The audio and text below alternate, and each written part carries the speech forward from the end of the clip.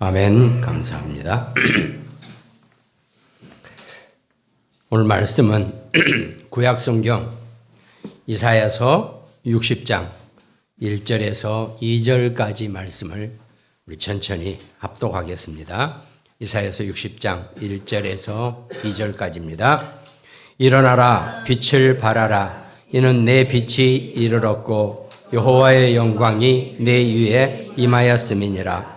보라, 어둠이 땅을 덮을 것이며 캄캄함이 만민을 가리려니와 오직 여호와께서 내 위에 임하실 것이며 그의 영광이 내 위에 나타나리니. 아멘. 예. 성경 말씀이 참 많이 있는데 저 같은 경우는 이사야서 60장 1절이 딱 맞는 말이죠. 제가 일어나는 순간 빛이 바라죠? 예. 하여튼 은혜되는 성경 구절입니다. 예. 그래서 이 빛을 발하는 존재로 여러분과 제가 우리가 이 땅에 부르심을 받은 거죠. 그래서 먼저 서로는 그 빛을 발하기 위해서 이 빛의 망대를 세우는 우리 남은 자가 어떻게 해야 되는지, 우리가 남은 자로서의 사역을 어떻게 살아가는지, 또 어떻게 보면 남은 자의 삶이라고 해도 뭐 전혀 다른 표현이 안 되겠죠. 먼저 서론의 첫 번째로 이제 결국은 다 인간이죠. 우리가 다 인간인데 대부분 성도들의 상황이나 또 불신자를 포함해서 대부분 사람들의 상태는 한 세 가지 형태로 이렇게 나타난다는 겁니다. 근데 대부분 성도들도 불신자를 포함한 사람들과 비슷한 상태를 갖는 경우가 많이 있다는 것입니다. 그 하나가 무능감이나 무력감입니다. 뭐든지 잘 안 되고 쉽지 않고 힘들어요. 그러다 보니까 그런 상태로 신앙생활을 하니까 뭔가 편치 못하고 함께하는 것이 쉽지 않다는 겁니다. 사람이 힘들지 않고 뭔가 여유가 있으면요, 생각이나 시야가 넓어집니다. 그리고 좀 더 미래도 봐줄 수 있잖아요. 근데 여러 가지로 좁은 상황, 여유가 없는 그런 상태일 경우에는 이 생각이나 시야가 좁아질 수밖에 없다는 겁니다. 그래서 이게 계속 쳇바퀴 돌아가듯이 계속 편안한 상태가 못 되니까 계속 여유가 없다는 겁니다. 이거 뭐 가끔 표현하지만 하여튼 뭐 어렸을 때부터 제가 살아면서 좀 부잣집 애들, 잘 사는 집 애들 보면은요, 훨씬 잘났다 똑똑하다가 아닙니다. 뭔가 모르게 공부는 나보다 못해도 여유가 있어요. 뭔지 모르게 우리가 못 느끼는. 우리는 항상 악착같이 조바심을 내고 성공하고 뭘 해야지 이런 마음으로 늘 가득 차는데 이 친구들은 별로 그렇지 않다는 겁니다. 이게 뭐 그쪽이 좋다 나쁘다를 한 게 아니고 이게 그러니까 우리 사람들의 상태를 나타내는 어떤 그런 여유라고 저는 보여주거든요. 물리적인 여유도 물질적인 여유도 우리가 여유라고 표현할 수 있단 말이죠. 근데 그게 은근히 정신까지 다 지배를 한다는 겁니다. 우리나라는 참 60년대나 50년대 어려운 상황을 겪고 쭉 살아왔기 때문에 뭐 저희가 쭉 살면서 그 상황 속에 살아왔기 때문에 상당히 조급하고 바쁜 나라였단 말이죠. 모든 사람들이 다 그렇게 살아가죠. 그러니까 그 속에서 우리도 모르게 느끼는, 나도 모르게 느끼는 무능감이나 무력감, 이게 우리를 늘 붙잡고 있고 늘 우리의 덜미를 잡고 있다는 겁니다. 근데 그게 어디에 내 잘못입니까? 내가 못해서 그런 건 아무것도 없어요. 더군다나 우리는 모든 것은 하나님의 절대 섭리고 절대 계획이라면은 나는 그 속에서 하나님의 완벽한, 정말 아까 기도하신 것처럼 절대 불가능을 절대 가능으로 응답을 받으면 되는 거란 말입니다. 그러느라고 우리가 신앙생활이 있는 거지. 뭐 그것도 그거에 대한 온전한 해답을 얻지 못하면 신앙생활은 정말 의미가 없는 거죠, 잘못하면. 그 무능감이나 무력감이 있다 보니까 계속되어지는, 나타나는 가난이나 또 어떤 질병 문제, 이런 게 계속 생겨난단 말이죠. 꼭 그거는 많이 있고 없고가 가난이나 질병의 이 노출은 아니에요. 내가 속으로 어떻게 나를 생각하느냐에 따라서 정말 가난이나 무능감, 무력감 이런 것이 나타나게 되어 있는 거기 때문에, 그래서 우리는 이런 것들 때문에 다른 착각을 하게 된다는 겁니다. 멀쩡한 하나님의 자녀가 불신자보다 더 못한 착각을 하고 사는 것이 신자의 가장 비극적인 상태란 말이죠. 우리는 적어도 거기서는 하나님은 여러분과 제게 하나님 자녀의 응답과 축복을 완전하게 예비해 놓으셨기 때문에 정말 그걸 바라면서, 그걸 희망하면서 할 말씀 안에서 우리가 승리를 해야 되겠죠. 또 그런가 하면 또 어떤 무리와 제자라 그랬죠. 우리 신앙생활 안에서도 무리가 있고 제자가 있다는 겁니다. 그럼 우리는 무리보다는 제자 속에 들어가는 것이 정말 우리의 큰 특권이고 축복이겠죠. 그러니까 신앙생활 하는 사람들 중에서도 무리가 있고 제자가 있죠. 무리는 자기 생각이나 다른 사람들의 생각에 휩싸여서 움직이는 사람들이죠. 제자는 하나님의 뜻과 계획 속에 움직이는 사람이 제자라고 우리가 얘기한단 말이죠. 간단합니다. 뭘 열심히 했다 안 했다, 뭐 신앙생활 잘한다 못한다 이런 것 아닙니다. 내가 정말 내 생각이나 세상 사람들의 여론을 쫓아다니고 있느냐, 그러면 무리죠. 그러나 나는 하나님의 뜻과 계획 속에 내가 있다면 나는 제자이죠. 때로는 하나님의 뜻과 계획이 이상해 보이기도 하고 내 생각하고 안 맞아질 수도 있겠죠. 그때는 잠시 멈추면 됩니다. 함부로 행동하는 게 아니고, 하나님이 하나님의 뜻과 계획이 맞으면 자연스럽게 풀어내져가면서 하나님의 방향으로 우리를 이끌어 가시게 되어 있다는 겁니다. 그러니까 우리가 종교 생활하고 복음 생활이 얼마나 큰 차이가 있는지 우리가 이걸 봐야 된다는 거죠. 우리가 수요 금요 예배 때도 얘기했지만 정말 복음은, 일단 유대인들이 시작됐던 창세기의 복음은 아브라함에게 줬던 복음이에요. 아브라함 창세기 22장, 창세기 12장부터 시작돼서 22장 내용까지 그겁니다. 내가 네 씨를 통해서 천하 만민이 구원을 얻을 복을 주겠다라고 약속을 했단 말이죠.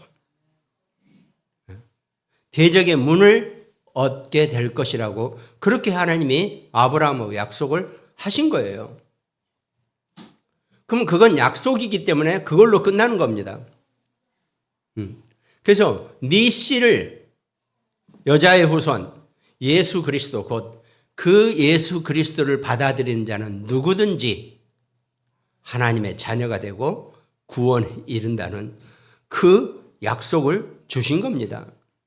근데 유대인들이 시내산에서 그 후 430년이 지난 세월이 한참 지나서 모세가 시내산에서 십계명부터 시작해서 율법을 받아오니까, 물론 그 율법도 하나님 주신 말씀 맞죠.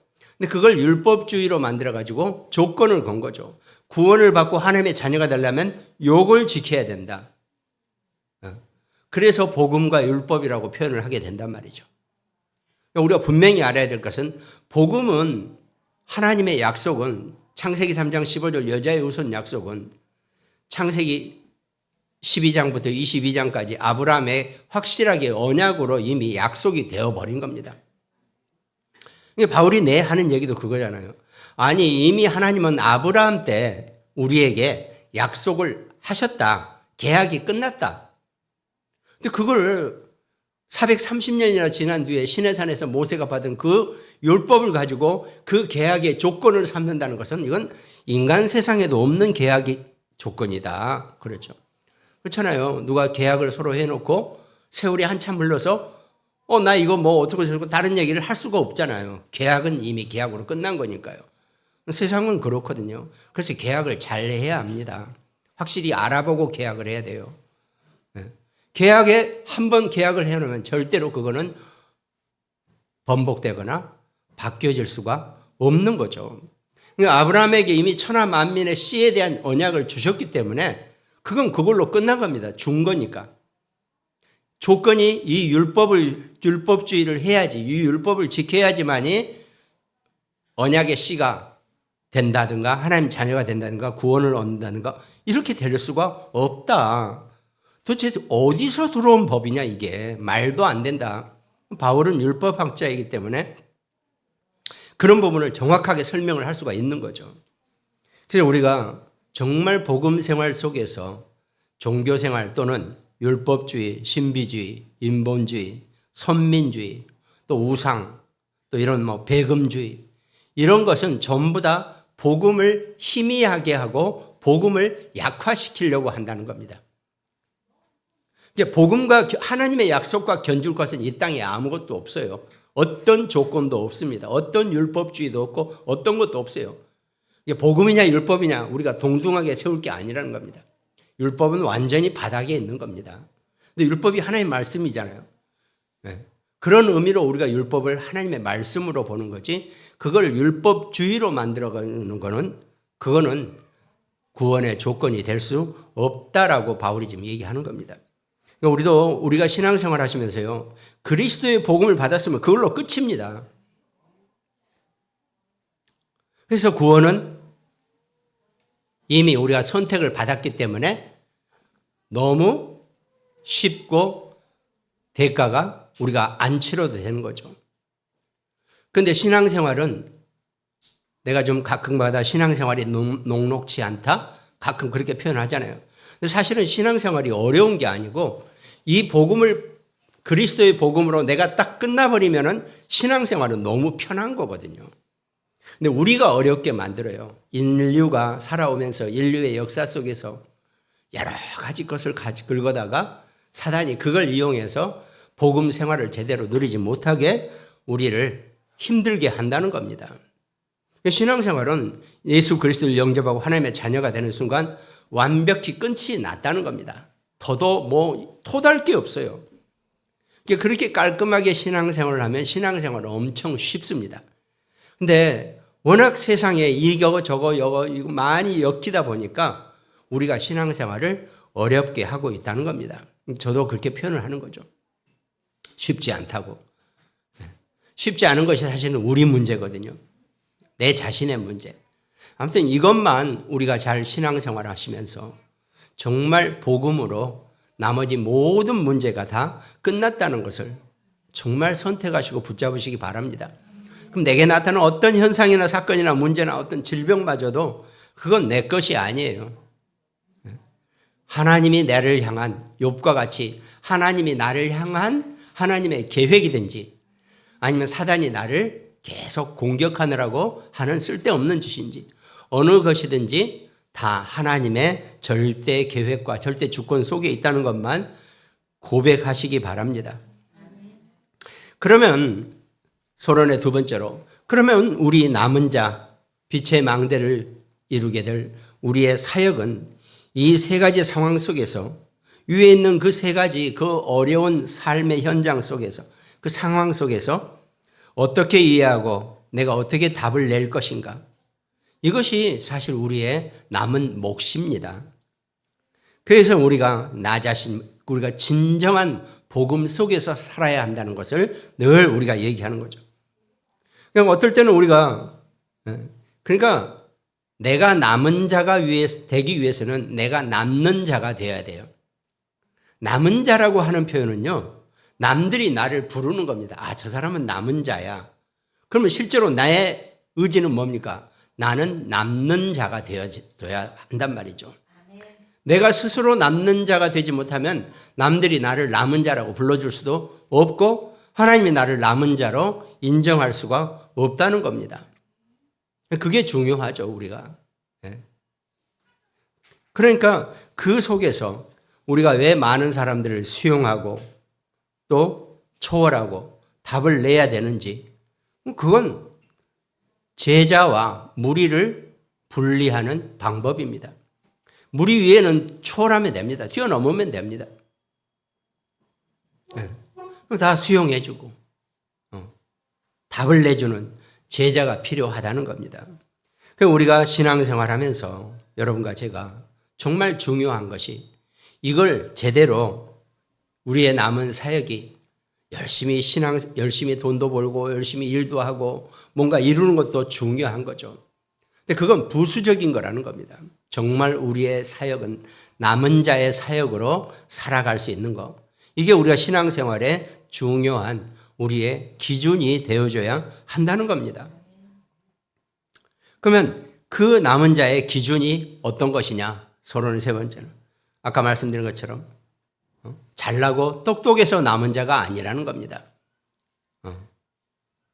그 기준이 될 수 없다는 거죠. 아까 말씀드린 것처럼 어떤 상황이나 어떤 경우 속에서도 남아있는 자가 남은 자가 된다는 것. 이걸 우리가 분명히 봐야 한다는 겁니다. 참 사람들은 순식간에 변하기도 쉽고 뭔가 자꾸 바꿔요. 근데 실제로 하나님 여러분과 저한테 그런 걸 원하시는 건 아닌 것 같아요. 우리에게는 남은 자에게는 하나님의 절대 계획만 남아있지 다른 건 필요가 없다는 겁니다. 그럼 나는 그 절대 계획 속에 그 계획을 따라가면 된다는 거죠. 그걸 뭐 표현하는 것이 망대, 여정, 이정표 이런 거란 말이죠. 내가 굳건하게 망대를 세우고 있으면 나의 모든 삶의 여정 속에서 온전하게 내가 하나님의 인도를 받게 되잖아요. 그리고 우리는 이정표를 놓치지 말아야 한다는 거죠. 아니, 분명히 부산 가기로 하고 있는데 가다가 돌아서서 다시 강릉이나 어디 저쪽 다른 데로 전라도나 동해나 서해나 이렇게 빠져버리면 안 된단 말이죠. 남쪽으로 쭉 내려가야 되는데 그게 우리가 가장 흔들리기 쉬운 부분이라는 겁니다. 하나님의 절대 계획을 발견하고 그걸 볼 수 있자 이거죠. 물론 취미 삼아서 여기저기 움직여보는 사람들도 있을 수 있겠죠. 그러나 정말 중요한 것은 하나님이 여러분과 저를 온전하게 인도하고 이끌어 가시는 그 축복자로 살아가는 것입니다. 그래서 이 시대에 하나님이 여러분과 저에게 많은 것을 우리에게 보여줄 때 우리가 정말 복음 전달자라는 이 언약을 가지고 산다는 것이 정말 중요하다는 것입니다. 그게 우리가 남은 자가 붙잡아야 될 우리 사역의 내용입니다. 여러분과 저는 구원받고 하나님의 자녀가 돼서 해야 될 일이 많죠. 세상살이도 살아야 되겠죠. 먹고 사는 문제도 해야 되겠죠.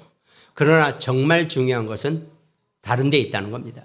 하나님의 절대 주권 속에 우리가 그 속에 살아간다는 것. 이게 우리가 정말 필요하다는 겁니다. 그래서 오늘 본론에는 그래서 우리는 여러분과 저의 신앙생활 속에서 어떤 하나님의 절대 계획이 있느냐. 그럼 하나님의 절대 계획을 내가 봐버리면 내가 편할 거 아닙니까? 그걸 볼 수 있어야 되죠.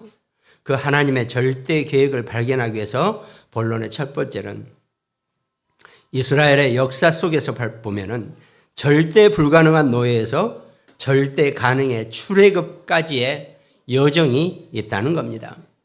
그러니까 이스라엘 백성들에게는 하나님이 이스라엘 백성을 선택하신 이유, 이 메시아의 언약을 선택하신 이유, 이스라엘 백성을 선택하신 이유가 하나 딱 있습니다.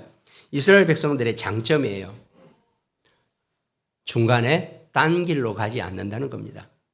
그러니까 400년이나 노예 생활을 하게 했다는 것은 그 민족성이고 뭐고 정체성이고 다 끝장이 나는 거예요. 없어요. 생각해 보세요. 4대, 5대가 노예를 살면요. 그 아이는 태어나자마자 노예예요. 그럼 머리끝부터 발끝까지 노예 DNA가 딱 박혀 있어가지고 딱 노예로 사는 그런 삶밖에 없어요. 그런데도 이스라엘 백성들은 절대 그렇게 안 키웠어요. 메시아의 언약을 계속 구술하고 전달했단 말이죠. 그 당시에는 무슨 책이 있는 것도 아니고 글자가 있는 것도 아니었기 때문에 어떤 식으로 합니까? 이야기로 전달해서 외워서 전달하는 방식, 구술해서 전달하는 방식으로 이 메시아의 언약을 계속 전달했단 말입니다. 아니 그것도 1대나 2대까지 3, 4대 넘어가면 우리 다 하는 얘기가 뭡니까 지금? 지금 갈수록 시대 속에 대가 사라지고 있어요. 웬만한 아주 뼈대 있는 세상 말로 뼈대 있는 가문 외에는 대가 없어지잖아요. 뭐 쉬운 얘기로 그냥 예를 들어 내 위에 윗대 무덤 내 아래 때는 가보지도 않을 거예요. 그러니까 없애야 돼 무덤도 이제. 왜 그러냐면 나까지는 가죠. 근데 내 후대는 가보지를 못하는 거죠. 이런 것처럼 그 대가 1대, 2대, 3대까지만 넘어가면 끝입니다. 그러니까 출애굽기 20장에도 3, 4대까지 저주를 내릴 거라 그랬잖아요. 3, 4대까지 저주를 내리신다는 얘기는 아니 이왕이면 10대까지 저주를 내리지 왜 3, 4대입니까? 3, 4대까지 하나님의 저주를 받아버리면요. 그 가문은 없어요. 땡. 더 이상 가문이라는 것이 없어지기 때문에 3, 4대라고 이렇게 표현을 해놓은 겁니다. 그러니까 400년을 이스라엘이 애굽에서 노예를 했다는 얘기는 완전 노예예요. 노예가 생각이 있는 거 보셨어요? 노예가 다른 생각이 없잖아요. 주인이 시키면 시키는 대로 하는 게 노예란 말이죠. 그런데 이스라엘 백성들은 그 400년의 노예 생활 속에서도 메시아의 언약을 잊어버리지 않았다는 겁니다. 그게 유대인의 특성이에요. 그래서 하나님이 유대인을 선택해서 유대인에게 이 메시아의 언약을 너희가 담당할 민족으로 곧 그리스도가 태어날 민족으로 유대인을 선택하신 겁니다. 그러니까 그거는 유대인들의 장점이에요. 그래서 그걸 하기 위해서는 어떻게 해야 됩니까? 메시아의 언약을 적어도 창세기부터 신명기까지 이 모세 오경을 외우게 해야 되거든요. 그러니까 자기 자녀들을 저렇게 어린아이들 태어나자마자 말을 배우기 시작하면은 모세 오경을 외우게 만들어버렸단 말이죠. 네가 외워서 네 후손에게 똑같이 이걸 전달해라. 이렇게 유대인들은 교육을 시킨 거란 말이죠. 그러니까 어떡합니까? 어렸을 때부터 애가 말을 배우기 시작하면서부터 성경의 모세 오경을 외워버릴 정도면요. 그 머리는 이미 끝내주는 겁니다. 그러니까 머리가 원래 좋은 유전인자를 타고난 게 아니고 그런 메시아의 언약을 훈련시킴으로써 유대인들의 머리가 어마어마하게 외워지는 데는 최고의 머리를 갖게 되는 겁니다. 우리 자녀들도 시험해 보세요. 말 떼면서부터 성경 말씀을 외우게 해보세요. 평생을 가면서 하나님의 말씀을 묵상하는 사람에게는 이 땅에 어느 누구도 당해낼 자가 없어요.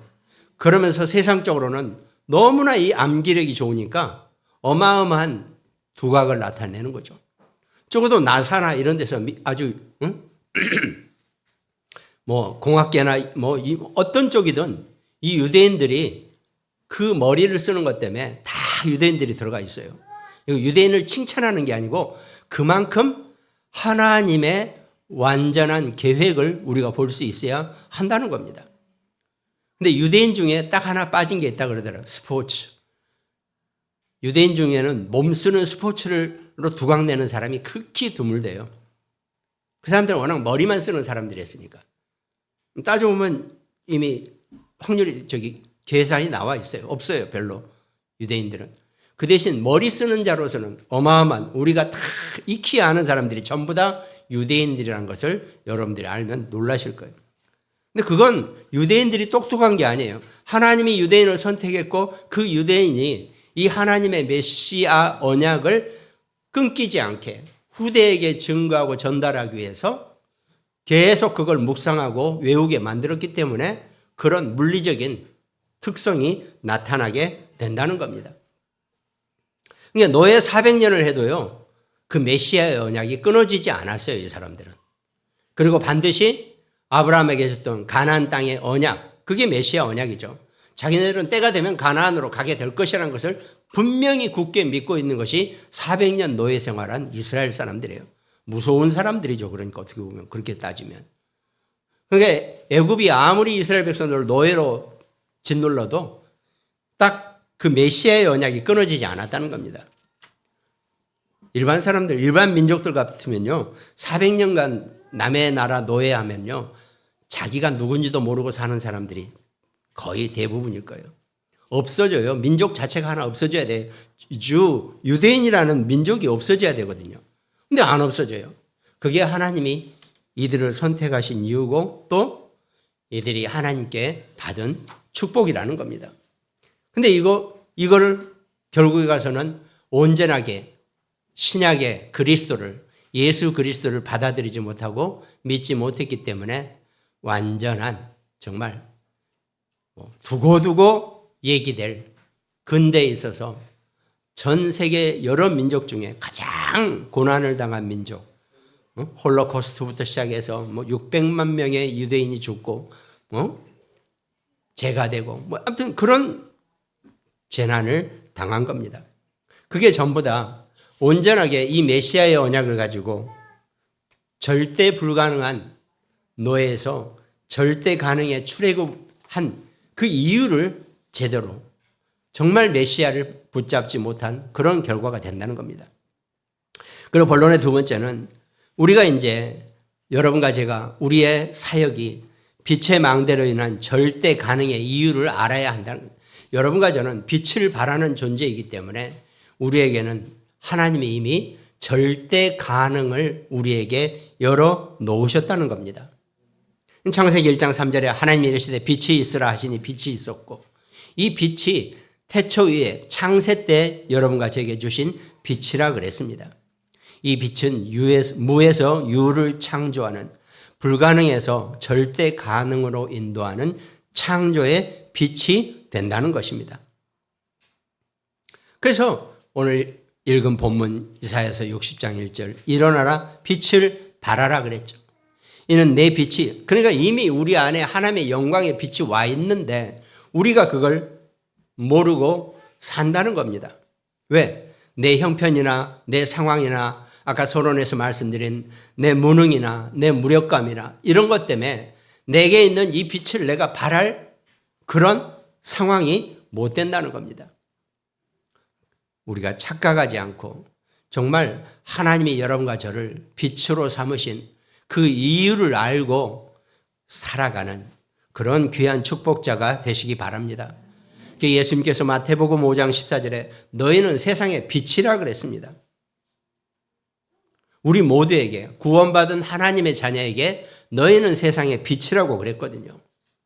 아니, 분명히 그렇게 빛이라고 말씀하셨는데 나는 빛이 아니라고 생각하는 또 그 생각은 또 어디서 주는 생각입니까? 그게 전부 다 사단이 흑암이 우리를 자꾸 길을 죽게 만들고 네가 뭐가 있는데 네가 뭘 잘하는데 네가 뭐 한다고 이런 식으로 우리를 너무 죽여놓은 겁니다. 그래서요 자녀들을 키울 때 너무 자녀들을 억압하지 마세요. 억압 뭐든지 하지마 이렇게 키운 자녀는요 뭘 못해요. 근데 뭐든지 잘했다. 잘했어. 최고야. 이렇게 키운 자녀는 밖에 나가서도 최고가 됩니다. 그건 불신자도 육신의 것에서도 그렇다니까요. 이 자녀 키울 때는 절대 뭐 하지마. 근데 워낙 저희 때부터 그렇잖아요. 워낙 어렵게 60년대를 살아온 그런 사람들에 보니까 뭐가 있어야죠. 그러니까 엄마 아빠 나 그러면 없어. 하지마. 이런 식으로 우리 삶이 돼버렸단 말이죠. 대한민국의 삶이 이렇게 돼버려요. 우리도 그렇게 커왔다 보니까 나도 모르게 우리 자녀들에게 하지마, 안 돼. 이게 조금 입에 들어올라다가 다행히 이 복음을 만나고 이 복음적인 생각을 하니까 아니야. 뭐든지 네 마음대로 해. 그러니까 우리가 삶의 스타일을 우리가 잘 봐야 돼요. 우리는 딱 정해진 스케줄대로 초등학교, 중학교, 고등학교, 대학교 졸업하고 직장 들어가서 월급 받고 이게 우리의 삶의 이거였어요. 이게 우리가 아는 삶이 그거였거든요. 왜? 어떻게 하든 빨리 인컴이 생겨서 내가 자립하고 독립해야 되니까. 우리 삶은 이거밖에 없었단 말이죠. 근데 앞으로의 우리 후대의 삶은 그렇게 안 될 겁니다. 집에서 완전히 폐인처럼 사는 그거 말고 삶의 스타일이 다 바뀌어질 거니까 직업도 바뀔 것이고 다 바뀔 거니까 우리 스타일대로 살게 하면 안 됩니다. 이렇게 뭐든지 된다 안 된다 그러지 마시고 뭐든지 잘했다 최고다 이러시길 바랍니다. 그럼 자녀들은 잘 크게 돼 있어요. 그걸 우리가 볼 수 있어야 한다는 겁니다. 예수님이 너희는 세상의 빛이라고 우리에게 분명히 빛이라고 말씀하십니다. 베드로전서 2장 9절에도 그러나 너희는 택하신 족속이요 그랬습니다. 뭘 잘해서 택하는 게 아니에요. 하나님이 여러분과 저를 이미 하나님의 뜻대로 택해 주셨기 때문에 우리는 내가 뭘 잘해서 택한 게 없습니다. 요셉이 해와 달과 11별의 꿈을 꾼 게 요셉이 뭘 잘해서 한 게 아닙니다. 하나님이 요셉을 선택하신 겁니다. 뭐 참 약간 좀 그런 얘기지만 한 번도 선택함을 받아본 적이 없기 때문에 선택받은 게 뭔지도 모르고 사는 인생이 너무 많이 있어요. 근데 우리는 완전히 선택받은 하나님의 자녀 아닙니까? 그 자존심을 좀 갖고 사시기 바랍니다. 우리 자녀들도 그렇게 살게 하고요. 뭐 지금 내가 좀 사회생활 시작하면서 조금 왕따도 당하고 뭐 이것도 당하고 하지만 나는 거기에 당하지 않는다. 나는 하나님이 선택하신 자다. 나는 선택받은 백성이다. 이 자존감만 가지고 세상을 뚫고 나가시기 바랍니다. 뭐 자꾸 보내지만 하여튼 저희는 뭐 대학 졸업하고 직장생활 딱 시작할 때 뭐 내 윗사람 부장님 신발도 탁 내가 가지고 와서 닦아가지고 갖다 바치고 그랬어요. 우리 때는 그렇게 살았단 말이죠. 지금은 그런 삶이 아니잖아요. 진짜 그래요. 내 윗사람의 집안일 대소사 내가 다 했어요. 쫓아다니면서. 그걸 잘해야지 나중에 인사고과 받고 진급할 때 조금 내가 더 유리해요. 다른 사람들보다. 그런 거 안 한 친구들은 좀 밀려나고. 세상 원리를 딱 봤기 때문에 나는 참 그렇게 열심히 살아봤죠. 하나님의 계획을 알고 하나님의 뜻을 아니까 참 씁쓸하긴 하지만 뭐 어떡합니까? 그냥 살았던 거니까. 그렇지만 우리 자녀들은 그렇게 살게 해서는 안 된다는 거죠. 뭐든지 마음대로 하나님이 펼쳐놓으신 세상을 멋있게 살 수 있게 우리 자녀들을 키워내시기 바랍니다. 남녀 구분도 필요 없어요, 이제는. 훨씬 더 여자들이 더 똑똑하고 잘난 사람들이 훨씬 더 많은데요, 뭐. 그러니까 그런 거에 우리가 고루하게 우리 생각이 붙여 있을 필요가 없다는 거죠. 전부 다 그게 복음 속의 복음 얘기인데 사람들이 흑암이 자꾸 우리 생각을 이런 식으로 묶어놓고 우리를 자꾸 힘들게 만든다는 겁니다. 그리고 본론의 세 번째는 빛의 망대를 내 안에 두시겠다는 그 약속을 우리가 놓치지 말아야 한다는 겁니다. 하나님 분명히 여러분과 제게, 우리 자녀들에게, 우리 후대에게 약속하셨습니다. 우리 안에 빛의 망대를 두시겠다고. 그래서 하나님이 자기 형상대로, 하나님의 형상대로 우리를 창조하셨다고 창세기 1장 27절에 분명히 말씀하시고 또 2장 7절에 생기를 그 코에 불어넣으시니 생명이 되었다 그랬습니다. 여러분과 저는 하나님의 생기로 시작된 생명의 존재입니다. 그러니까 성경은 우리가 어떤 존재인지를 분명히 가르쳐주는 말씀이거든요. 근데 워낙 어떡합니까? 흑암은, 사단은 우리를 별 볼 일 없는 존재처럼 자꾸 우리를 깎아내리고 있단 말이죠. 때로는 우리를 사단이요 우쭈쭈 하면서 키워놔요. 그러다가 네가 뭔데? 라고 하면서 우리를 무너지게도 한다는 겁니다.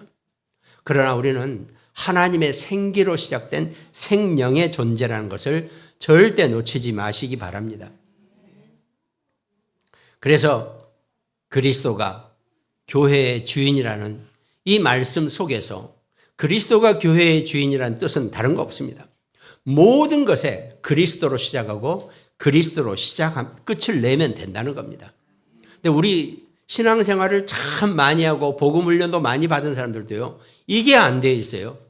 어떤 일을 보더라도 무슨 사건 속에서 어떤 문제 속에서도 그리스도로 시작하고 그리스도로 끝을 내는 이게 체질화 되어지고 습관이 되어져야 되는데 이게 안 돼 있단 말입니다.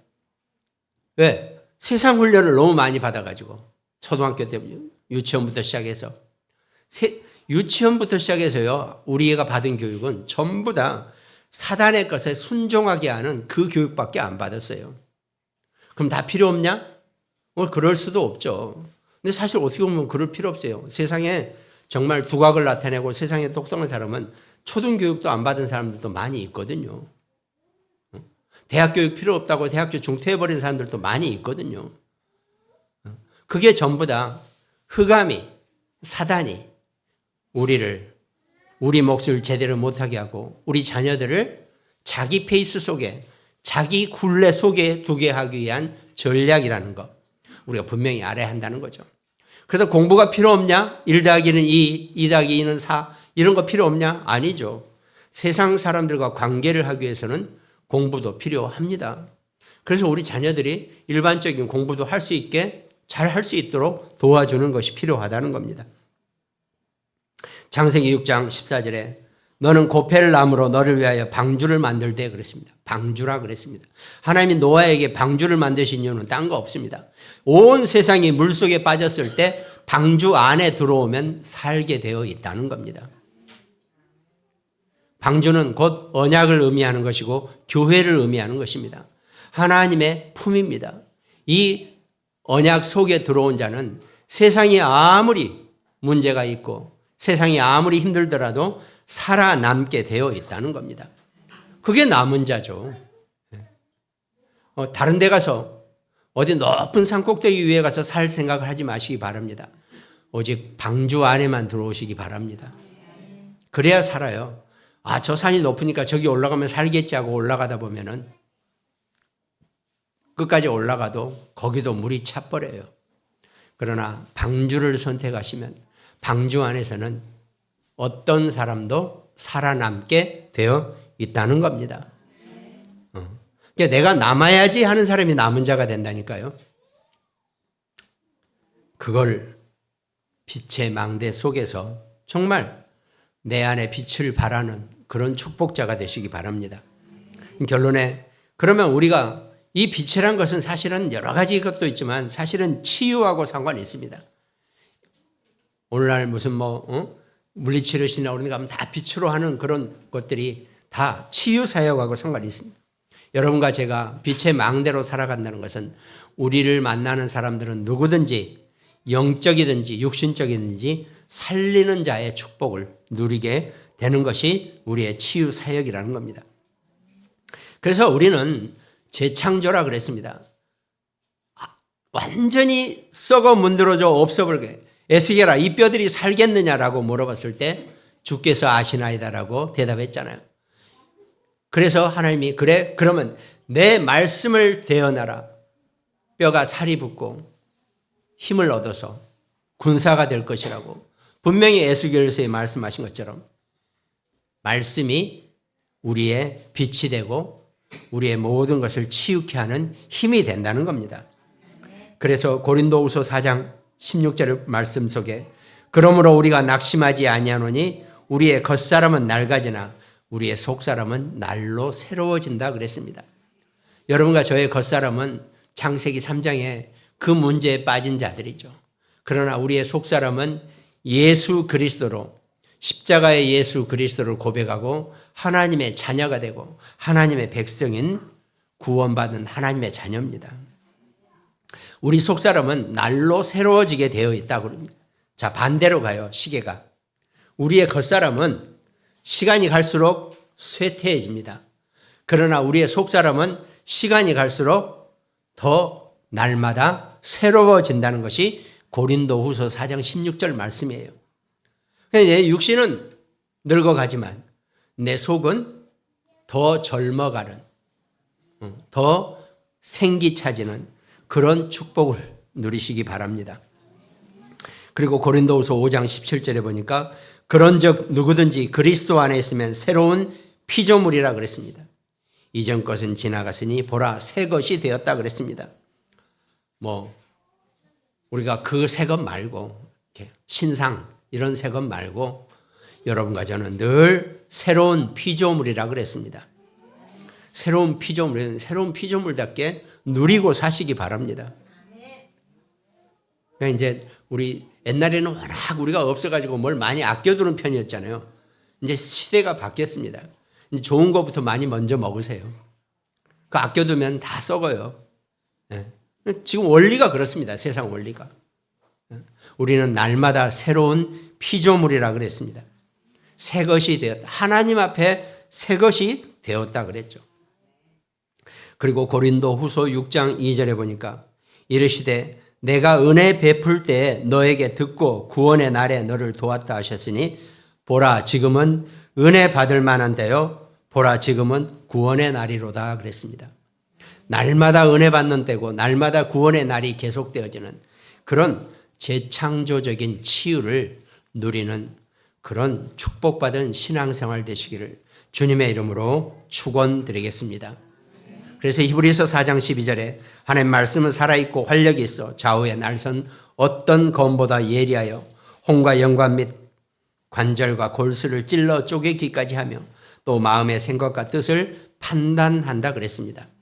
말씀으로 힘을 얻고 말씀으로 치유되어주는 그런 정말 지혜 있는 신앙인 되시기를 주님의 이름으로 축원드리겠습니다. 마지막에 히브리서 11장 38절 이런 사람은 세상이 감당하지 못하느니라 그랬습니다. 여러분과 저와 우리 자녀들은 세상에 지는 존재들이 아닙니다. 세상을 이기는 자들입니다.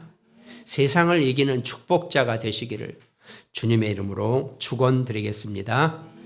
네, 오늘 함께 말씀 나누는 우리 모든 가정들 또 굿모닝 병원 현장과 태안의 우리 안지영 집사님 또 광주와 강릉지교회 또 일본과 미국에서 우리 말씀 함께 나누시는 우리 장로님들 태안의 우리 문성미 랩넌트 캐나다의 문성미 랩넌트도 하나님의 말씀에 힘을 얻고 새로운 피조물의 응답을 누리는 한 주가 되시기를 주님의 이름으로 축원드리겠습니다. 기도하겠습니다. 일어나라 빛을 발하라고 말씀하신 하나님의 언약 속에 살아가는 우리 모두가 되게 하여 주시옵소서. 우리의 삶이 날마다 새로운 피조물의 삶이고 새 것이 되었다고 했으니 그 응답과 축복을 마음껏 누리는 한 해의 최고 100배의 응답을 누릴 수 있는 그런 축복자로 살아가게 하여 주시옵소서. 감사를 드리었고 우리를 구원하신 예수 그리스도 이름으로 기도합니다. 아멘.